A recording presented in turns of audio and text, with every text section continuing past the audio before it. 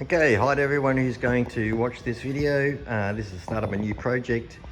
It's actually my sister's 1967 Datsun 1600 Roadster.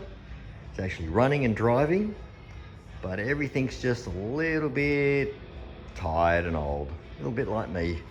Anyway, just a quick run around. Pretty much everything's there. Obviously, you know, it's 40, 50 years old, so it's going to have a lot of wear and loose and wobbly bits, but anyway, this is what it looks like.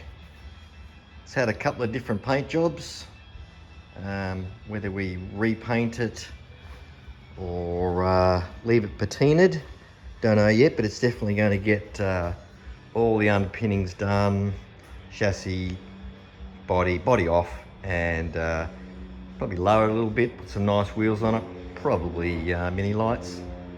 Yeah, stay tuned.